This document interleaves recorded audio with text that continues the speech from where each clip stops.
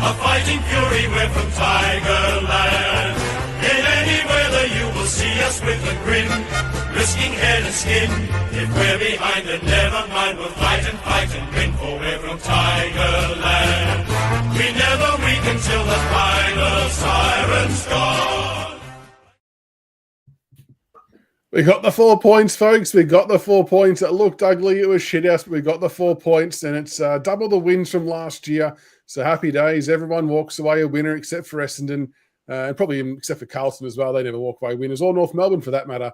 I think we were one of only 2 Victorian sides to win on the weekend. I think that was a stat at some point in time. But no, very exciting to get the 4 points. No, don't worry about the name of game DVD. We're not going to worry about ordering that in the future or have that as a prize or anything like that. I ordered 10 of them. Order 10. Oh, gosh. We might not hit the MOQs to have them made, I don't reckon, if we only ordered 10. But good evening, gentlemen. We've got a full house tonight. CB, how are you, mate? Loving the jacket. Good, mate. Just goes to show you, Tigers have a win, mate, and all of a sudden the bandwagon's full in today. Everybody's jumping on to get their ugly mugs on the screen. You want to talk? But very quickly, we'll just say it off air. For those who don't, for the oldies, it's actually the 40th anniversary of Live Aid over the last 24 hours. So if you want to feel a bit older, some of you old folks, that is a landmark gig, and I highly recommend on the Queen YouTube page for 24 hours. They've stuck the thing up there, and play it loud and watch that. If you want to see one of the all-time great live performances, watch Queen at Live Aid. Awesome set it was. Awesome set. EJ, welcome, mate. You could actually jump on the piano and go full Freddie Mercury and start busting out some tunes. I'll do some Rocket Man. We finally win a game, and this clown up here is talking about Live Aid. Come on, man. Straight off the bat. That's the first thing he goes with. EJ, I reckon you need to drop him in it for what happened in the votes message as well on a live show later on if you wish to. I think that needs to be addressed. Are we talking about the messages from yesterday and today? The spelling. Oh, yes, actually. No, very good. Very good. Yes, no. We'll bring that up after. I'll just write that down. Yeah, very good. Very good. Grok, how are you, mate? Good to see you. I'm going well, mate. What a weekend. How good were the results? Collingwood lose, Geelong lose, Carlton lose, North lose, and Essendon lose, and we win. Perfect. Absolutely perfect. The only thing that actually maybe stuffed the weekend was St Kilda botching their game. That would have topped it off, I reckon, if they had managed to win that one. Yeah. But still, anytime Geelong lose and we win, fantastic down my way. Absolutely all fantastic. Quiet down there, Grok, is it? Everyone's just shut up shop for a little bit. Yep, all quiet on the Western Front down here. It's all good. Very good, very good. Now, it's good to have everyone back on board. Do we want to roll into the AFL first? We'll do the AFL first. We had a win. It's something exciting to talk about, and I think we usually try and push it to the end of the queue because it's usually not flash results, and whilst it wasn't flash to watch, it was the result we wanted. So the Tigers got the result, got the 4 points, 6-10-46 to 4-13-37. That's the full-time score, folks, the full-time score, winning by 9 points. Where do you want to start, gents? I know CB and EJ, you were talking about something you wanted to mention straight off the top, so maybe let's start there and see where things roll. Do you want to take the new ball, EJ, or shall I? No, you can take it. You look sharp. Thank you. Right. So let's talk about Adam Uze and the criticism he receives from our supporter base. Not really from external, just our supporter base. What people have got to understand, and for the ones who are at the game, like Michael's and that, they will justify this. Do people realise that Adam Uze actually outcoached Brad Scott on Saturday night? So everyone goes, oh, ugly game, terrible to watch. Yeah, okay. Granted, it was horrendous. It was bad. But Adam Uze and the senior players adjusted. The first quarter was a shootout, and we were matching it. Who made the game ugly, CB? Brad Scott made the game ugly by sitting 2 or 3 blokes behind the ball. So if we had a mindlessly blazed forward and kicked it to 1-on-3, Adam Uze would have been considered the biggest moron for not changing anything. He changes it up. We hold up our play for quarters 2 and 3. I'm not saying it was great, but he actually coached to win the game. So I don't know what people want. Do you want the 4 points and whatever it takes to get the 4 points? Or do you want to look pretty and get done by 6 goals against a team that you should beat? So Uze, credit to him, actually did the job he's paid to do, which was coach and get a win for the boys. EJ, boys. Now, not only did he throw. So the first quarter, right? You talk about the coaching and about us bombing it in. Even though we played okay in the first quarter and we probably stuffed some opportunities up, there was a lot of intercept possessions in the first quarter. We got chopped off quite a bit, right? So even if he hadn't have stuck 2 behind the ball, I think we would have made an adjustment anyway. But I know Essendon have am I allowed to say it in this context? Yes. Right. The curse is done. It hasn't helped us at all. Just say okay. it. I know Essendon have injuries, right? I know that. But you're playing against Richmond and your season's cooked, all right? What possible positives can you get by sticking 2 behind the ball against Richmond after 1 quarter where it doesn't work out? What positives can you get for the Essendon Football Club by doing that? Yeah, it was crazy to see. And, I was getting frustrated at the lack of, I suppose, breaking the line movement from us after the second quarter. But the more I'm watching, I'm like, they can't actually do it. So I actually thought, to see Beast's point, I felt like the players actually adjusted really well on the fly, because Essendon wanted us to kick it to that 2v1 or 3v1 so they could springboard and go back the other way. And I think the other thing I will say, though, that whilst what we did was fine, I still think there's an element of our players, our forwards in particular, just due to the inexperience and whatnot, don't have that anticipation level right yet to know when to bolt off into that space to be there for that kick. And that will come with time. But the fact that they were actually smart enough to hold on to it, whilst it looked ugly and it looked disjointed, it actually had to happen. I think they all made the right calls, Grock. It just optically wasn't a great look. No, that first quarter, our inside 50 delivery was the worst I've seen for quite a while. We played like Lynch was still parked in the goal square. I've got a video coming out on that tomorrow. I've got 3 examples where we could have actually taken 3 uncontested marks inside 50 had we picked the better option. So we did shoot ourselves in the foot quite a few times. I mean, our first 4 inside 50s all hit the chest of unmarked Essendon defenders, like with no one within 5 or 6 meters of them. It was just, again... Hey, that's going 100%. But yeah, it was poor delivery. It was poor execution. It was also poor from the forwards, not reading the ball and everything. But after quarter time, the way that we actually lowered our eyes and put it wide rather than go to the top of the goal square to actually get it chopped off and allow Essendon to go through the middle, we started pushing out wide and hitting the targets there and lowering, which was nice. And obviously we kicked 10 behinds. If we had a kick straight, Andy McGrath wouldn't have had a kick all night. He was lucky we kicked the 10 behinds. So fair play. Yeah. So fair play to the forwards on doing a job on McGrath. But look what happened, Grock. Look what happened when the game had to be won, and all of a sudden Scott had to make moves to win the game in the last quarter. We smoked them. Yep. We would just see in the last quarter, we just seemed more desperate for the ball. Like we just seemed to want to compete harder for it when it was there to be won. Essendon, I think, no doubt Martin going down was a big blow for them. They lost a lot of run on the outside from the wing and half back.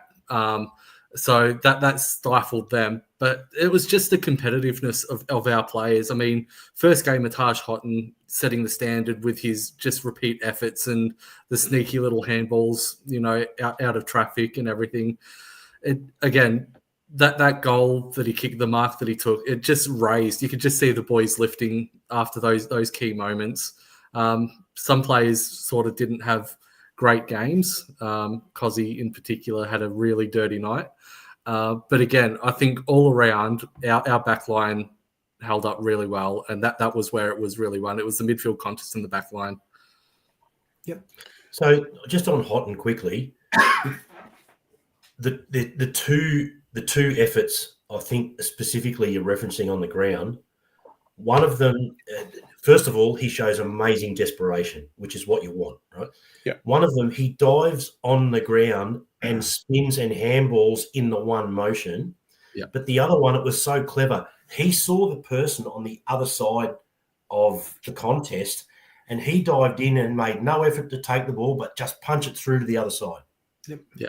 So amazing IQ first game, because your first game you think, like, look, I've got to get the ball, I've got to do that. No, he just knocked it out into space where he saw that Richmond player, and I thought that was fantastic. Yeah, that 50% game time, yeah? Yep. But only 50% game time, yeah? For Saturday night?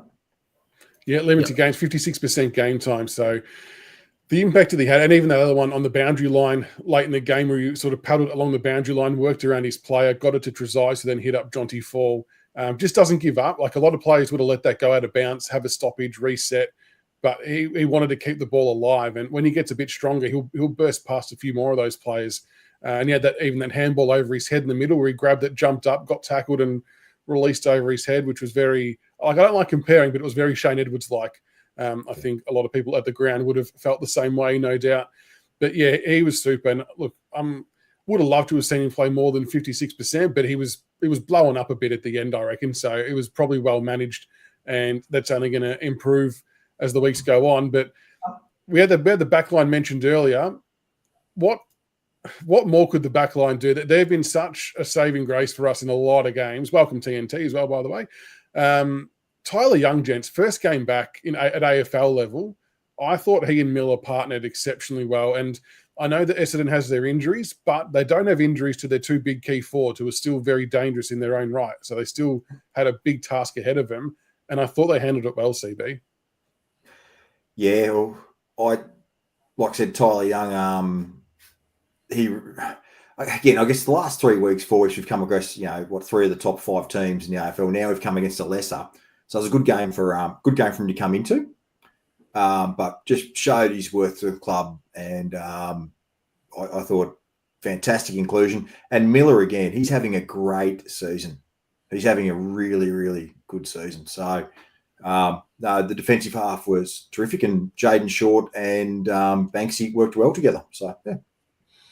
Pleasing thing for me was my one critique on Miller has been his inability to pull the trigger, and he pulled off a couple of absolutely ripping kicks.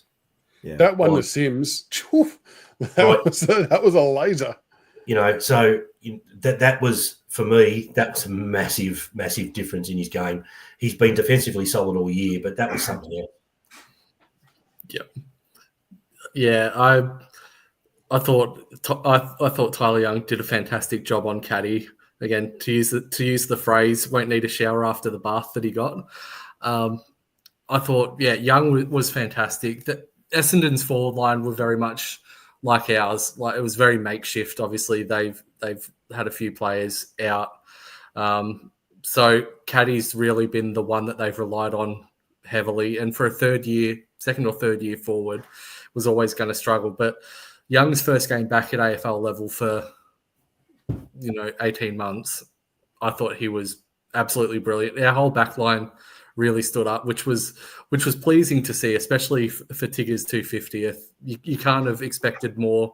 That they played how Tigger did, tough, composed. Like, it was, well, I say composed, it wasn't, but I thought the defenders did really, really well. It was where the game was won for us. Like, Essendon had just no way through.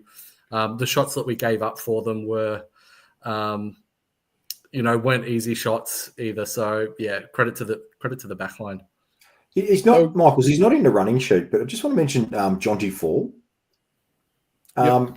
Currently, right now, he's statistically better than Cadman of GWS at the same stage with his numbers. Is this in terms of shots on goal in particular? Everything. Or what's everything? Okay. Marks, you name it. So he's actually, this kid is coming along a treat. So yeah, unfortunately, he's missing some shots that we'd hope he'd get, but he's actually getting the ball and he's getting the shots. And if his hands at the moment, he's grabbing a couple here and there. But overall, the kid is coming along very, very well, Tigers. We've got an absolute beauty in Jonty. Brock, I probably stole your boy there. Yeah, he did. I did a comparison because a couple of people were potting him, saying that he's been disappointing and everything on his thread on Big Footy. And I did a comparison, and his stats stack up almost identically to Jack Rewalt's in his first year. Yeah. The only difference is Jonty's got a couple more inside 50s, obviously, because he's pushing up the ground more than what Jack did when we had Richo for his first year. And Jack obviously had a couple more tackles. But we know how Jack turned out, and Jonty's gonna be the same way. For his work rate for a first year key forward is freakish. No, I can't think of another first year key forward who is raw and underdeveloped, who's had no preseason whatsoever because of injuries and everything like that. To be able to put the work rate that he's doing to compete, bringing the ball to ground, and even his second efforts when the ball is on the ground. It's freakish. I don't see how anyone can say that, he's been disappointing when one of the biggest criticisms that we've had that our key forwards, our second and third tools, have had no, aggression, no competitiveness or anything. We've now brought in three that compete and fight like hell. For a shout out for me, McIntosh, I thought his just defensive efforts and everything when the game was on the line, he was absolutely massive. He's everywhere. He's had a good game when no one on Big Footy is potting him this week. I thought, to me, that sort of looked very much like a game of him. He really wanted to get that done for Vlosten. You could tell it meant a bit to him. Just his last-ditch efforts and deep in the back line too were really good. Just quickly to go back to Fall, loved his goal at the end. What that will do for his confidence will be massive. To kick a clutch goal like that, to finish off a good bit of play and to really secure the win, hopefully it'll come. But I think ultimately, if he keeps working as hard as he's working, the scoreboard score will start ticking over naturally for him. I've been impressed that he's had as much impact as he's had as a first-year player playing the role that he's playing. I think it's I don't think you see it too often. Maybe I'm a bit close-minded, but I just don't think you see it too often. Just the other Jay Tiger, he's trying to defend the thing on Cabin. Mate, it's the numbers are comparable. It's games versus games in the first year. I don't know what your point is. If you didn't play the first half, not a fair comparison. First-year player playing a half of football. Does it really matter? Can I just say he flushed it? He did. Well, he flushed the one from 65 too, and he's going to nail one of those one day, and it's going to be epic. How nice is a weapon like that? You can just hit it up. Who marks it at 55 and just walks back to have the shot. He's like, you don't even need to have. Yeah, you don't need to have Banks or Short run and pass for the thing. Just load it up. Just smash it through. EJ, I want to mention Tom Brown. I felt like he had a bit of a, I don't want to, stinker's not the word, but he was a little bit below par with his disposal early on in the game, missed a few that he would have liked to have taken back. But what I did love is that it didn't deter him from still taking off the dangerous kicks as the game went on. And there was two kicks in particular in the last quarter where he bananaed one out of the back line to hit Tash Houghton on the wing and then snapped one across the face of goal on the left foot to hit Trezise exiting defensive 50 that were both extraordinarily bold kicks that were needed, and it took a lot of courage to execute after maybe missing some earlier targets. I thought he did well to step up in those moments. Yeah, and that's what I know I harp on about it a bit, but that's where I talk about the players that are prepared to make the decision and pull the trigger.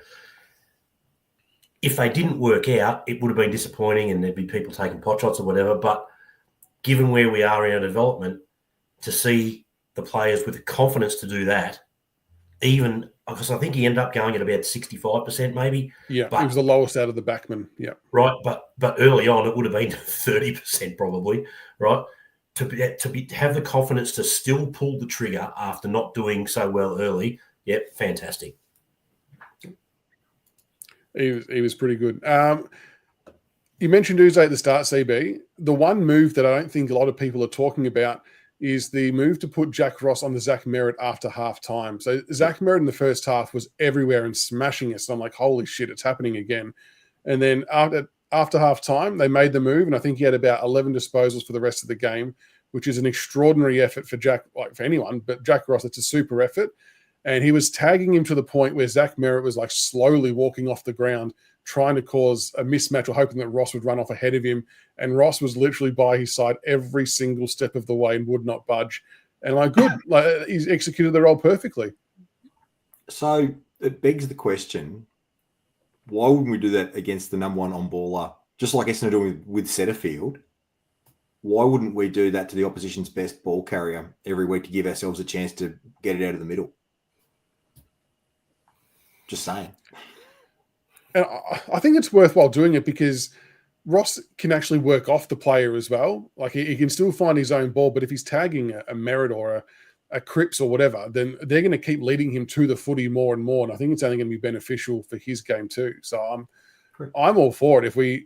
If that's what he's got to do, then so. But I actually thought he did it really, really well. That's a big tick for me. Jaden Short, gents. Grok, we'll go through to you. Jaden Short, first game back in the AFL, had that one game in the VFL where he got 29 touches. I thought we saw the Jaden Short we all wanted to see. Yeah, I think he's needed that break. His last 18 months, he hasn't really been great. He's had some solid games without really tearing one apart or contributing in a really positive way. There have been a lot of hesitation on his kicks. They've lacked penetration. He hasn't gone quick enough. He hasn't broken lines like he used to do. And granted, he's getting on, but yeah, what we saw on Saturday night, that was one of his best games in probably the last 2.5 years. Wound back the clock a little bit. And I suppose that comes from the confidence of knowing that your back line is holding up with the amount of inside 50s that Essendon were getting to the middle patch of that game, and knowing that the ball was coming out relatively easy. Essendon's forwards didn't really pressure all that much, which I think Shorty appreciated a little bit, had a bit more time to use the ball well, and he did. That's what we expect from him as a leader of the club, and that's got to be where his baseline is now, especially with some of the younger players coming through. He's one of the players that I don't think can really afford to have a few poor games coming in, especially with the way that the list is going now. He's thereabouts in terms of best 25, maybe not best 22 guaranteed next year, I reckon.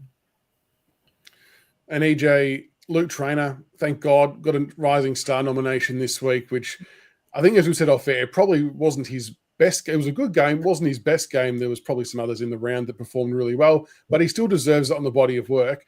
What did you make of his game and Uze's willingness to utilise him in different parts of the ground again? I thought he was serviceable. Obviously got the highlight with the one-handed mark, which was pretty cool, but it was nowhere near his best game for the year. He was serviceable. He was okay. And of all the weeks to get the Rising Star for body of work, this week was one of his weaker weeks in that regard. But it is amazing what happens when a team has a win. He has been outstanding.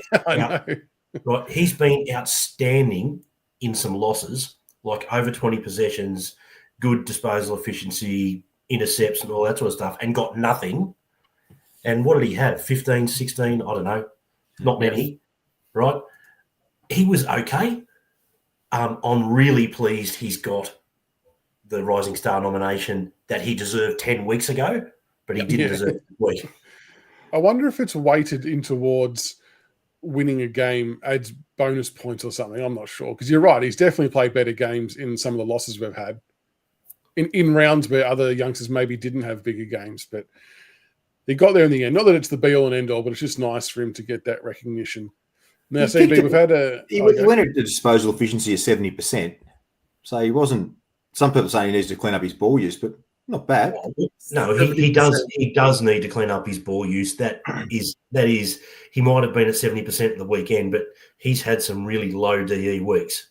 He needs to clean it up. But again, I'm not upset by that because he pulls the trigger, he tries to make the kick. It will work out, it'll work itself out over time because he's a decent disposal. Yeah. I just think he's come up against an easier opposition. I mean, against Geelong, he had 62%. The harder game, better opposition. Lesser opposition, he improves, 10%. So probably goes to. Probably about right. Yeah. Now, CB, a lot of people in chat are asking, we'll maybe get a round table view on this one. A lot of people are asking about everyone's thoughts on Tyler Sonsie. I guess it's maybe a multi-layered question. It's obviously the thoughts on the game, the thoughts on him being subbed and maybe his reaction about being subbed, and then where to from here. Yeah, well, first things first, he was subbed out because he was injured. No, So he wasn't on the injury report. No, it was. I think the app said it was tactical. injury, but I'm not sure if it was actual injury. yeah, well, I'm only going to go by what the app said, and it said if you're subbed out because you're injured, I mean, end of the day, the kid's playing for his career. Literally, I think he's playing for his career. And if he's been taken out with 6 rounds to go with an injury, I could imagine he would be a bit upset. So I feel if he is injured, I feel for him. But he's had his opportunities as well. And I don't think he's taken the ball by the horns. We haven't helped him. We've discussed this ad nauseum on this show about playing him out of position. But there are some attributes in there that EJ will probably talk about at some stage that may work against him. You go next, EJ? Oh, do you want to bring it home? Okay, Grok. You go. No, I don't mind. Yeah, I think it's disappointing. RFC just said it was changed to tactical in the app. And yet you could tell he wasn't happy about it. I think he knows that there was an interview at VFL level maybe 7 weeks ago, where we had a win and they interviewed him and they asked him about playing on next year and a contract. And he did not seem confident at all. He seemed really uncomfortable and disappointed. So I reckon he's going to be one of the changes that we make at the end of the year. I mean, looking at the players that we've got coming through, plus the draft, if we do bring on, a couple of midfielders, whether it be Grillage or Lindsay or any of these types, Dyson Sharp if he falls, or Rodriguez, I think it spells the end for Tyler, and I think he knows that. And obviously, him being subbed off in that game, I think he knows that just about rubber stamps his time at the club. And I wouldn't be surprised if he's back to VFL again next week, especially after Steely Green's game, who had a ripper in the VFL. It just doesn't look good for Tyler, and it just hasn't worked out for him. It hasn't clicked for whatever reason, whether it be being played out of position, attitude, work rate. I just think it's at the point now where it's best for all parties if we just separate it, because you don't want him playing the mental health card. I don't think he wants to go through another 12 months of what he's been through this year with a 1-year contract. Yeah. I just think it's poor for him. I think you get picked up, though. I think someone will take a punt on him. Yeah, I think it's a slightly different situation to the Cumberland situation. Look, first of all, I was actually happy to see him upset, because it shows that he cares. So for me, that's a good thing. I'm not happy that he was upset, but in a funny way, to see him upset gave me good feelings, because I went, okay, he's really trying. He doesn't want to fail, but he looks really tentative at AFL level where he doesn't at VFL level. I think the confidence has been taken out of him, and I think I went on to Wheelo and I went, his stats have regressed year on year from the first year. That first 9 games that he played in 2022, there was some really good stuff in there. His stats have gone backwards. And I know one of the knocks on him is he's not physical enough. And there was one incident in particular on the weekend where there was a ball to be contested. He started to bend down to contest the ball, saw an opponent coming, rose back up to his height and bumped. That, for me, I think an act like that, and it's not a one-off act, but the one that was so stark because you'd actually started to bend down, I think stuff like that is what will be talked about in the office with the coaches as not being acceptable. And I think that area is the main reason why at the end of the year it probably ends. Yeah. If you could add that part to his game, it might do his confidence some good. Like, I was a really big advocate of thinking that we could unlock his potential by playing him in the right spot, but I think it's been equal parts his fault and equal parts the club's fault. Because he's got to make the most of his chances and hasn't. Whereas, someone like Jack Ross has been played in a different spot as well, but he's adapted a bit better and made the most of it. So I don't want to put full blame on the club, but I still would have liked to have seen how it would have gone, just given the actual data that shows of the numbers he's producing at VFL level in that position. But we'll never see it. We just know we won't see it. I won't at all be surprised if he moves clubs and someone unlocks it, similar to how Hawthorn have kind of unlocked a bit of Troll to get the most out of him, out of the clubs he's played at. I can see something similar happen to Sonsie. I think with Tyler, he'd be much better suited to a side that plays controlled tempo football with the kicking, where he doesn't have to go hard. They can maintain possession, and he doesn't have to compete for loose balls. Because he's a solid kick. He presents well. It's just the physical side of the game, whether it be a mental thing or he's not big enough, whatever the case may be. But whenever it's a tough game, he just seems to vanish. When there's space, he's really good. When there's time, he's good. It's just, when it's a contest. Someone like Geelong who plays that short kicking style to maintain possession and work their way up, Hawthorn at times, I think they could do something with him. But I'd say for probably 14 or 15 sides in the comp, probably not. Well, there you go, Hawthorn and Geelong, and you've got Myers and you've got D'Ambrosio. Not exactly physical players, right? His tank numbers have become pretty good this year.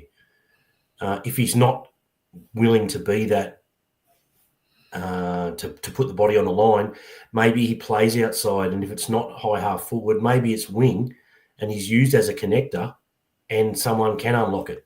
But I don't think it's going to happen at our club. Yeah, it doesn't feel like it does. It feels like the ship may have sailed, unfortunately. But we'll see what happens this week in terms of selection. The last ones I want to point out just quickly, just more for some praise, is the work of Taranto, Hopper, and even Presti. I thought they were pretty solid and pretty well performed throughout the whole game. And obviously Taranto kicked a goal to get us, I think, back to level. And then Hopper with that ridiculous banana goal to put us in front was actually really good reward for their effort. And I know that we talk a lot about not putting different players in at the centre bounce, but they were still getting the job done at an okay level when the game was on. So I think they had some pretty good games between the three of them. Did you say Prestia? Don't you mean Hulk Meatball? Oh, he had every right to be pissed off at that as well. He was absolutely filthy. I actually thought he was going to give away 50. Yeah. I mean, if that doesn't show you that dissent's gone out the window, then nothing else will. That was a spray Richo'd be proud of.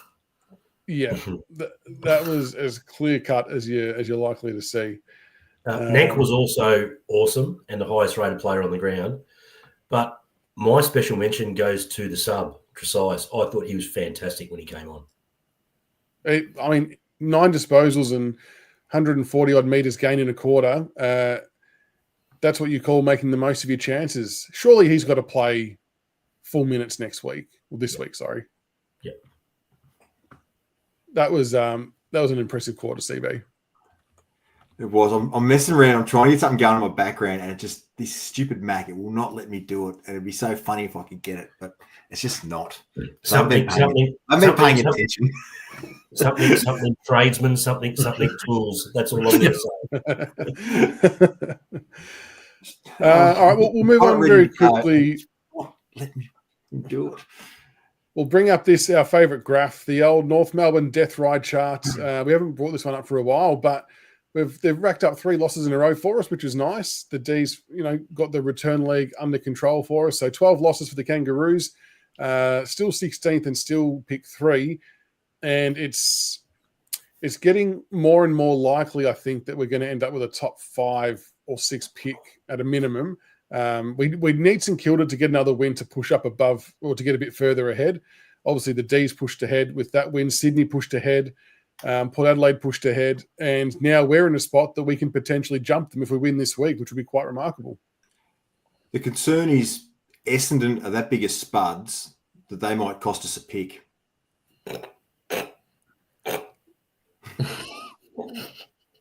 You reckon they could cost us? And Tristan Sherry out for 3 weeks as well. I'm sure they'll appeal it, but if it stays at 3 weeks, that I think gets St Kilda that win against them because Sherry's he's a gun. Yeah.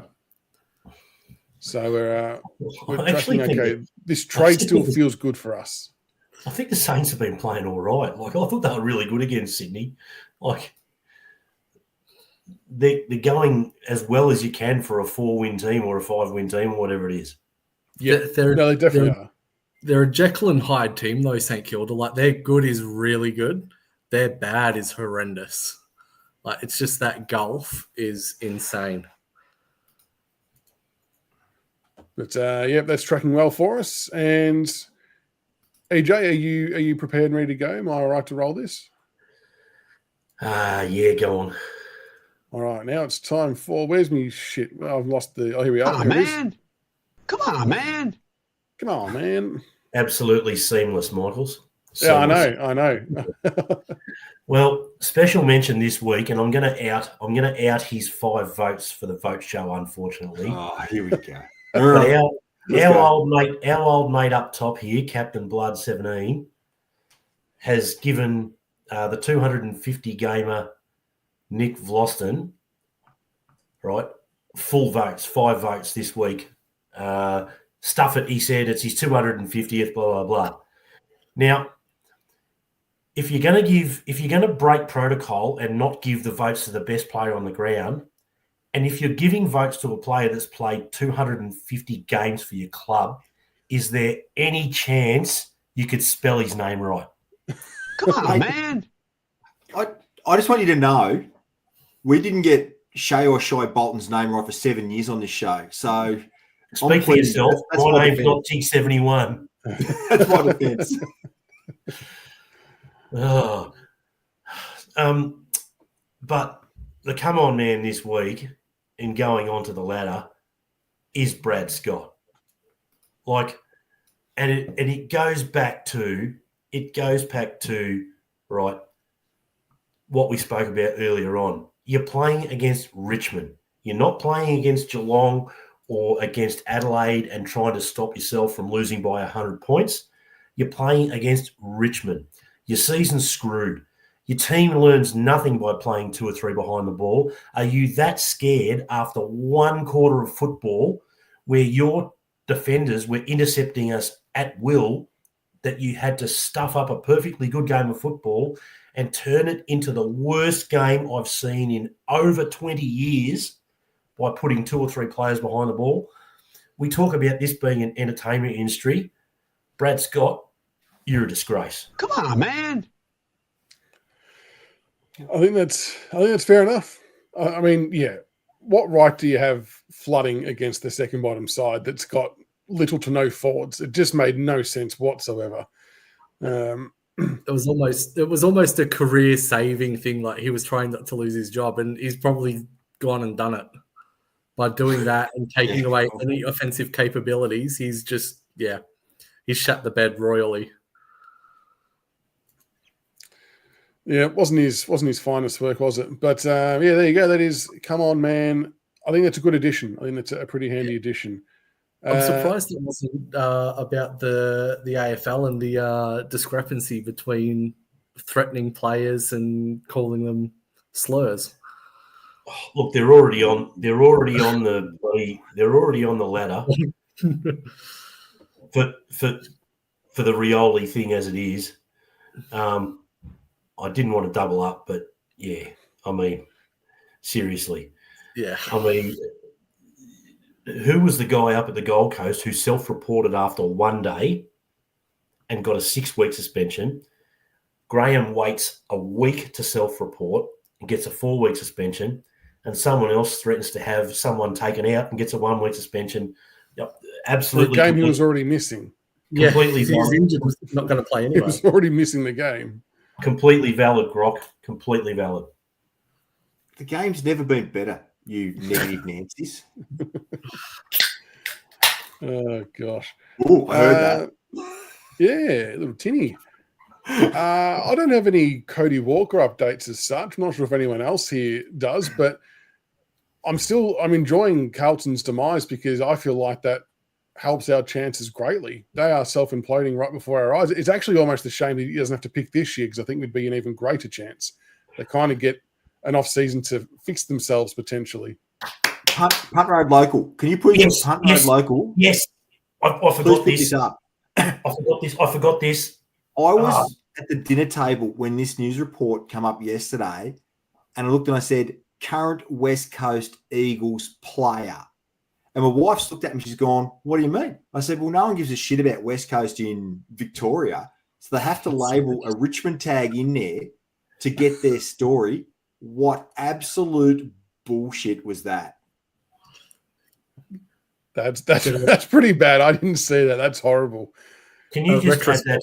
Can you just add that straight to the ladder and push Brad Scott down one and put that in there, please, for next week?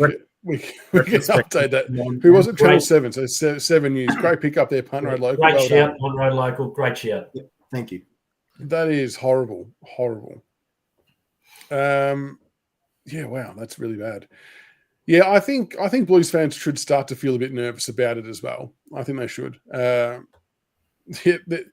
Yeah, they're in a world of hurt. But anyway, enough about them. We'll crack on to there's a VFL updates that we'll go through now quickly. Now, I didn't get a chance to watch the VFL game. I'm not sure if anyone else did, but we did go down to the Southport Sharks by 28 points. What was, I guess, frustrating is we did have a 30-point lead at one stage in the first half, and then they overrun us. And I know we had a lot of players missing due to various different call-ups and other games and whatever else was happening. But, yeah, never nice when you drop a 30-point margin. In terms of AFL-listed players who played well, I'm going by stat numbers only. Jacob Blight, 25 disposals, 16 marks. I mean, that's yet again another game he's played at the VFL where he's had massive numbers. Caleb Smith, 22 touches, 3 marks, 1 clearance. Noel Bolter, 18 disposals, 6 marks. Hayes Brown, 17 disposals, 2 marks, 1 tackle, 33 hitouts, 10 clearances. Steely Green, 3 goals, which was awesome, 12 disposals, 3 marks, 6 tackles, 2 clearances. They're pretty good numbers as well, to be honest. And Josh Gibkiss had 7 disposals, 2 marks, and that was about it. So I'm not too sure what Gibkiss's game was like in total, but the one I want to talk about is probably Hayes Brown. I'm not saying to drop names. I don't think I'm going down that path, but I think at some point it would be worth having a dabble and chucking him in there to be the backup ruck instead of Sims. Play Hayes Brown and Nank. I think his form, line, and body of work, if we want to use that phrase again, has been pretty strong for the last month. He's not ready. But neither is Sims. What does it matter? We're playing someone who's less experienced and smaller in Sims, so why not give him a go? Overall, I'm not saying ability-wise, I would have Sims in ahead of him. To be fair, he can't. Sims is touching it 7 times a game. It can't go much worse. His debut can't be as bad as Samson Ryan's against the Dogs. That shouldn't have happened. That shouldn't have happened. Actually, you've just triggered me. Why'd you do that? Should we talk about the injury report? I'd forgotten he was on the list. The injury report's interesting because there's 2 more years too. There's blokes on there that are basically, we're saying, 6 to 8 weeks, but that's the season. Campbell Graves' season's done. VFL, though, if they're playing VFL, are a few weeks behind us, or AFL, and they could play finals too. So that's where I think the Campbell Gray one comes into play. Is Campbell Gray, but there's also Samson Ryan's he's had a 12-week, 6-foot injury.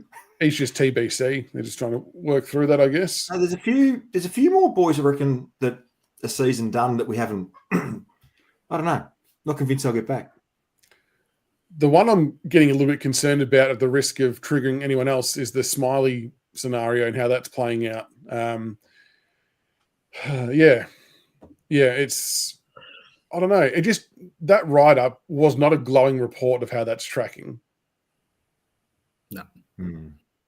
There's definitely some more. I know we can't say much more. Yeah. Oh, dear. Yeah, maybe I shouldn't have mentioned that name. But what was interesting is, and we'll probably loop this into the ins and outs for the game this week against West Coast, Armstrong and Elgar, my man, are now available. So good to hear that the injury wasn't as bad for Jasper. And obviously Harry's been out for, what is it now, 14 weeks, whatever it might be. The way the report reads, the way Uze spoke, the way Serpil spoke, because there's no VFL this weekend, it legitimately sounded like that those two are a chance and available for selection in the AFL. Jasper, I would be okay with doing because it's only been a short stint and it's not a soft tissue injury. What do we think about Harry Armstrong? Now, the only obvious move would be Cozzy out, Armstrong in, if they were going to do it. I'm in the no camp, but if they think that he's going to give more than Cozzy, it sounds like they're tempted. Like, reading between the lines, it sounds like it's a legitimate consideration. Can I just say on Cozzy, we know he had 2 horrendous brain snaps, right? However, he actually competed really, really well and took some good marks. He busted his ass to break a lot of packs open too. Correct. I would keep him in. I wouldn't keep, he actually did a lot right. It's just the 2 things he did wrong, like that drop mark and that goal, like were glaring, really bad. But everything else around it, he was really, he was serviceable. And 50% of that goes on Sims not being able to put the ball on his foot too. Well, yeah. Like, if Sims was, let's say, Seth Campbell, it was a goal. Yeah, it was two Gumbies trying to be coordinated at the same time. It was bound to go wrong. I thought I was watching Electric Boogaloo 2 from 1986, mate. What he was trying to do there. To be fair, though, that's also the Richmond of the Dynasty era with the amount of goals we left on the board and kicked through unselfishness. But that had prime Ty Vickery all over it. Oh, Luke McGuan. McGunn. Yeah. But yeah, Armstrong for me, like with our track record of bringing players in off long layoffs, absolutely no way. No. Absolutely no way. All I'm saying is brace yourself, folks, because reading the tea leaves, I reckon he's a chance. I'm not saying I agree with it, but the wording and the language around all of this, I think is a genuine sneaky chance that he plays. The interesting one for me this week is Blight. Obviously, he's 1 game off playing to trigger the extension for the contract. Hearing a lot about this too. And back to WA, does he play to audition for West Coast? Because he had a ripper game in the VFL as well. Like that's going to be the fascinating watch this week. Do you reward the form and trigger the extension, or do you just leave him because you think he's gone? His omission. How much is that tiger in the window? that omission of Jacob Blight this weekend absolutely blew my mind because he had a good game.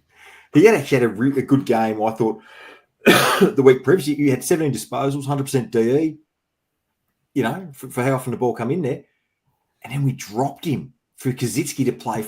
It just shit just didn't make sense to me, particularly when he's got that 1 game for the trigger thing. So I don't know. That was a strange one. That was a really strange one. There's a bit more going on behind the scenes in that one too, just quietly. Because pound for pound, like you're picking Blight to play. If we're talking about playing that specific role, you're picking Blight to do it ahead of Cozzy, right? That would just make sense. And that's no knock on Cozzy. It's just that Blight is a better player than what Cozzy is. But yeah, I think for this week, if it's me, I'm letting Cozzy have a second crack at it. We know it's makeshift. We know it's not permanent. So there's no need to be up in arms about it. And as long as he just keeps competing, and this is on the premise they're not prepared to play Blight and on the assumption that we shouldn't play Armstrong, although I feel like we might. I'm in the Jones Racing camp here, where he says a little bit further up, he says we got to play Blight for 1 more game to trigger the extension, right? Yeah. Because then we hold a little bit of power. Now, he's not going to earn us a great haul, but any draft points, like a 3rd rounder or something like that, could be useful in other transactions. So I would give him 1 more game to trigger that extension. Yeah, we've only got 2 picks in the draft, which is the first 2 rounders. We need to get another pick in minimum. Yeah. completely off topic, Sophie in chat, can you do us a favor? Can you shoot us a message on if you're on X or Instagram, please? I would like to ask you a few things. That would be wonderful. Thank you, sir. But yeah, we a few mates and I discussed that same thing, EJ. Like, are we better off to pull the trigger to gain currency, as minimal as it might be? It's this. I'm with you, CB. Something doesn't add up quite there, but we'll keep rolling into the West Coast game. It's a chance to get back-to-back wins for the first time in a long time. In terms of the changes, there was no injuries, thank God.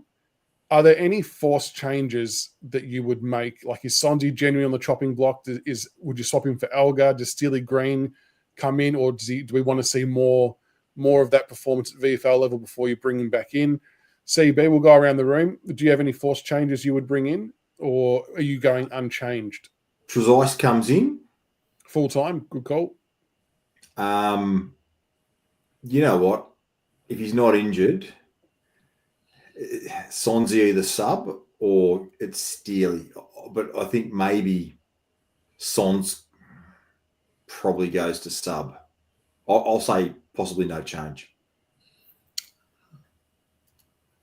EJ? Yeah, Trezise in, Sonsie sub or out. That's where I'm at as well. Grok? Yeah, Sonsie out for me, Elgar in. I think Elgar in. We need a little bit more class and creativity up forward, I think. Yeah. I think Jasper can definitely come in. Like I said, I'm not as deterred by that one being a non-soft tissue. Trezise has to come in for that full game. I agree wholeheartedly.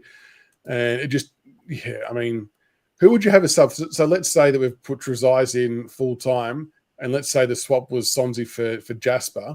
Who would you then make sub? Would you go Jasper sub, or would you look somewhere different? If Jasper does come in, it'll likely be one of Trezise, Jasper, or Morris. The thing with Morris is I want him to play full games. I want him to get up in and around the middle. I think we look so much better when he's up doing his thing. But yeah, it's going to be tough. So in terms of how this game's going to be won or lost, CB, I mean, it's another week where we can kind of be talking about the fact that we are a possibility to be in this game to win it. There's no hiding that West Coast are going to treat this like their grand final. They'll definitely identify this as a game that they're a chance to win, to obviously please their supporters and their players as well, much like we will. What do you see us doing? How do you see it panning out? What's your take on the game? How can we get the job done over in Perth? Well, the one thing we do know is McQualter won't play the shit truck game plan that Brad Scott went with, because so it's going to be a shootout, because effectively they're trying to teach West Coast kids how to win as well.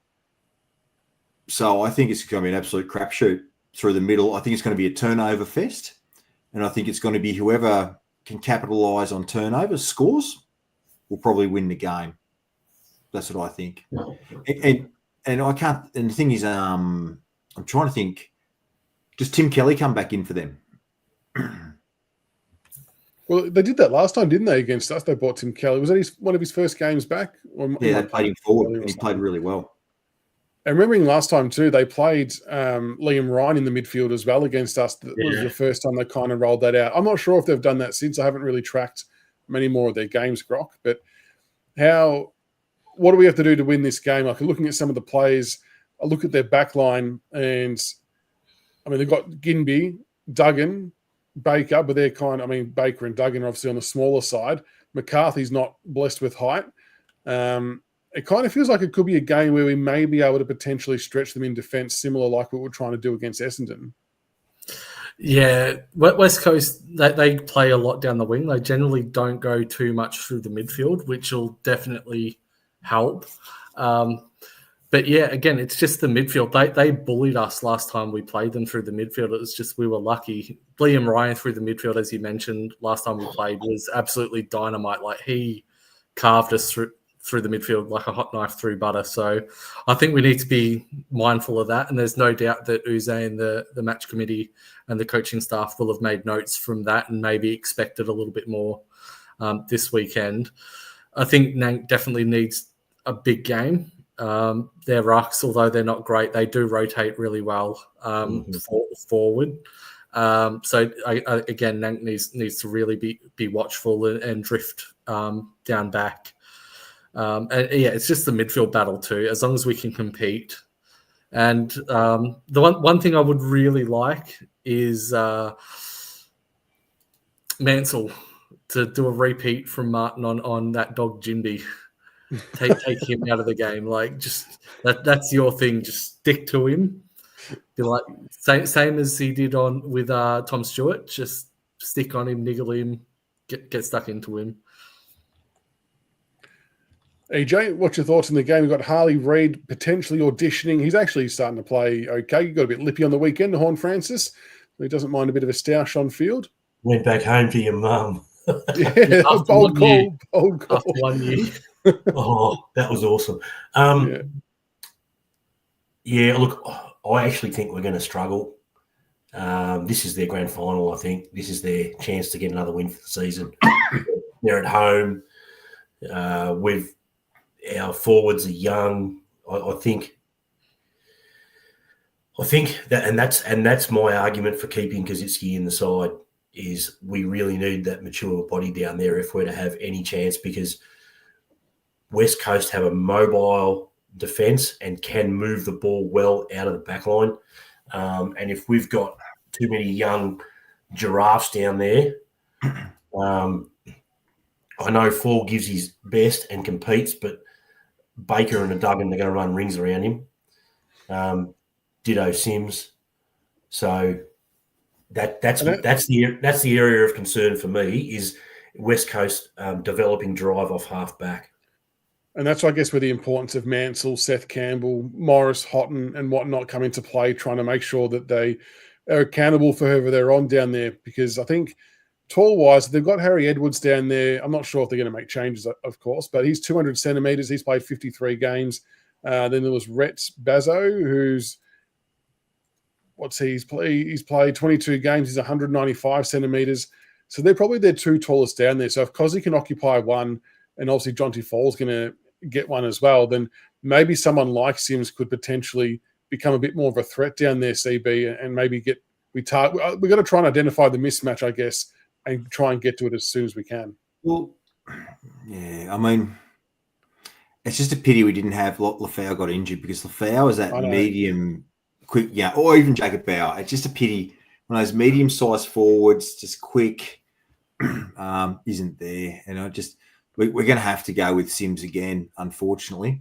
And I say that in the fact that I would like to see Sims get a few games in the Resis, and I wish we had someone to bring up, or even if Liam Fawcett hadn't got injured, he would have been, you mean? Yeah. But it's beggars and choosers stuff. So Sims gets the nod and he gets another game of experience in and learnings. So it's just the hand we're dealt. I mean, yeah. How do we feel going up against their midfield that are a bit younger and have a bit more spring in their step than our guys? Send Ross to Reed. Straight off the bat, no messing around?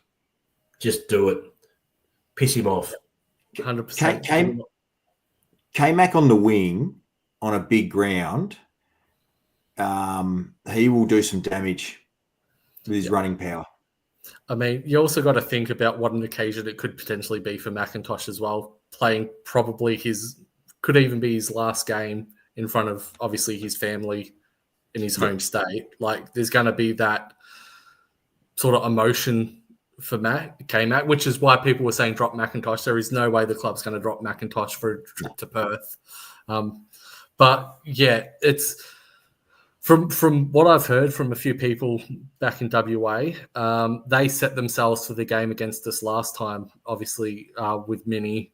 They really bookmarked it. They wanted that win. And obviously we stole it at the end. We were just better when it counted.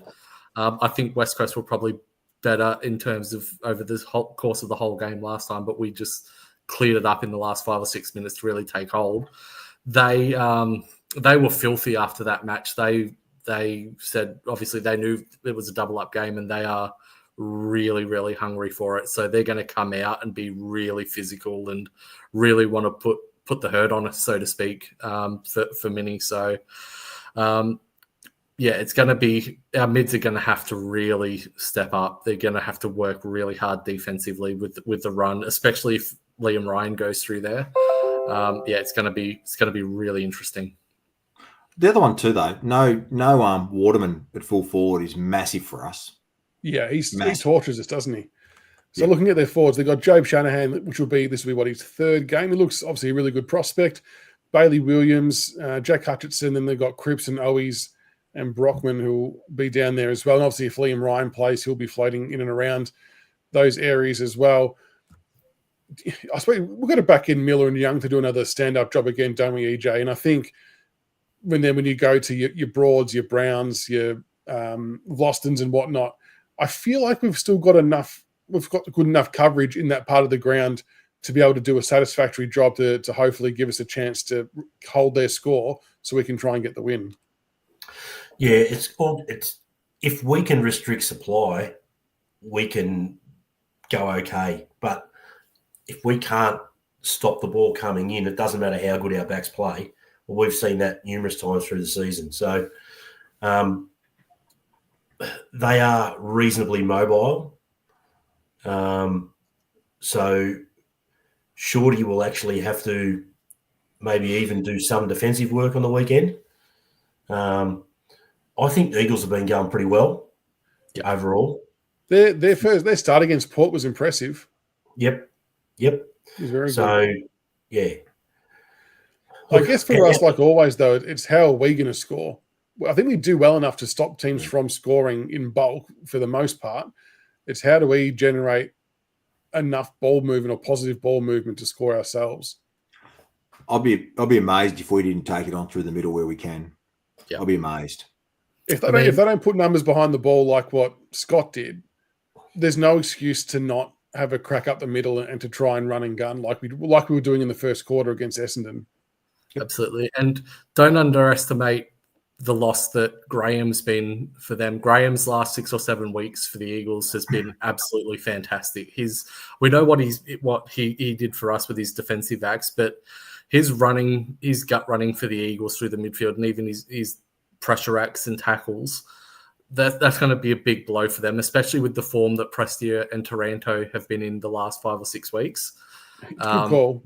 That's going to really hurt them, and it's going to make some of them mid a lot more accountable. Like Harley Reid, he's not going to be able to just sag off now because you've got the defensive acts with Baker and Graham. Obviously, Baker's been playing a bit more forward, but no Graham. Harley's going to have to pull his finger out a little bit and offer a bit more defensively.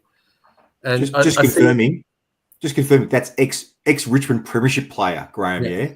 As reported by Channel 7. Yeah, absolutely.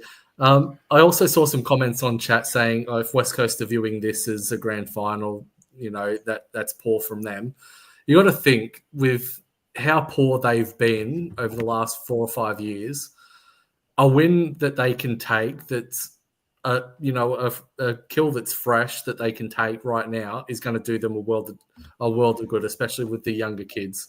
Don't underestimate the power of a win. Like us on the weekend, obviously, against Essendon, that would have done wonders for the younger kids. And they don't want to be mention, they're still fighting to get off the bottom of the ladder. I've got no doubt that every club in the competition thought it was just a matter of us finishing last, and that was it with the turnover, the list, and so on and so forth. So the fact that we're a few games clear of them, that would be eating them up massively, and that's not somewhere they expected to be. I would hazard a guess that they thought they were a little bit further ahead in their development cycle than what they're showing right now. So they will be desperate to show their supporters something and to get 4 points to give themselves a live chance not to finish last. Then it's on us to respond. Morgan Ashley. Morgan Ashley. How dare you? Morgan Ashley. Goodness me. Jeez. It's alive. That hurt. That actually hurt. Hi, Morgs. But with that all being said and done, folks, what's everyone's predictions, including margin? We might see a bit of a split here. We might see some West Coast, some Richmond. Hopefully. I mean, it can't be a worse game than last week, I wouldn't have thought.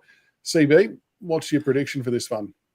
Taj Houghton, 75% game time. 75. Okay, I'll take that. Yep. 14 possessions, 2 goals. Tigers by 5 points.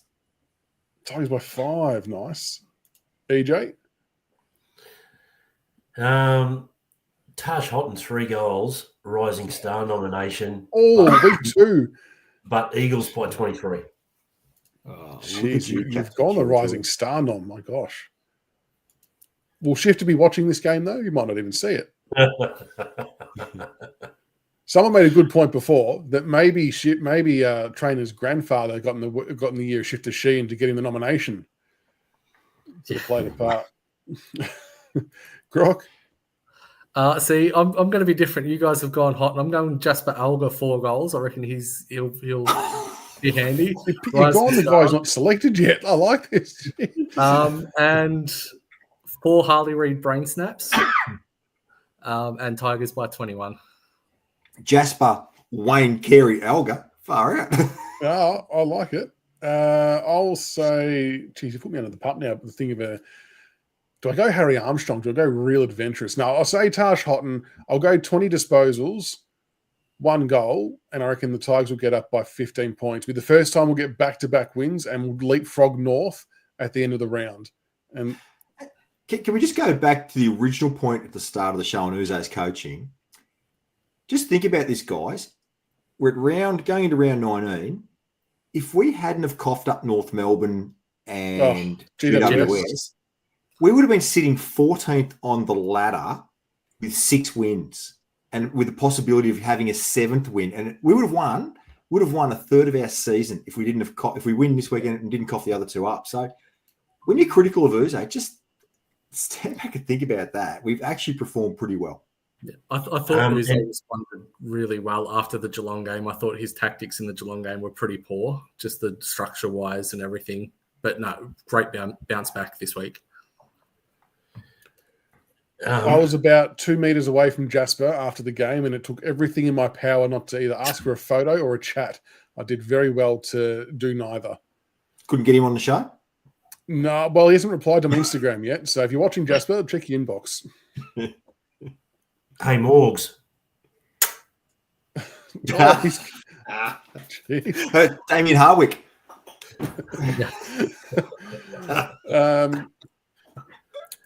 In terms of a live call, there's a chance we can do a live call. What day? I don't even know what day we play. Saturday night, 8:10. Saturday night. Okay. Well, we can probably throw together a live of some type to chat about the game, so people don't have to listen to the West Coast bias commentary. So we'll do something on that front too. I thought it was Vic Bias. Oh, well, it only happens down here, doesn't it? Yeah, that's right. Yeah, funny that. But no, thank you, gentlemen, for jumping on tonight. Appreciate your time. Good to have a four on for tonight. Thank you to everybody for tuning in. Make sure you get around us on all the socials. Make sure you let CB know about the spelling of Loston. If you feel free to inbox him any suggestions going forward on that as well. And look, hopefully we can see a really good game on the weekend. And honestly, it can't be worse than the Essendon game.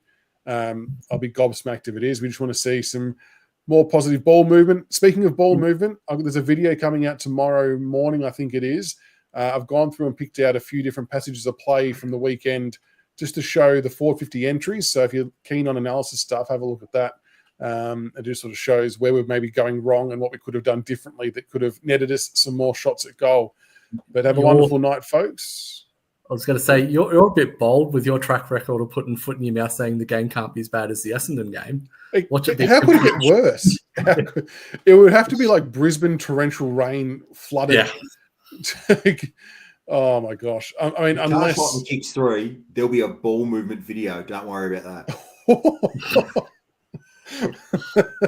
And on that note, have a wonderful night, everybody. Until next time, go Tigers. Go Tigers. Go Tigers.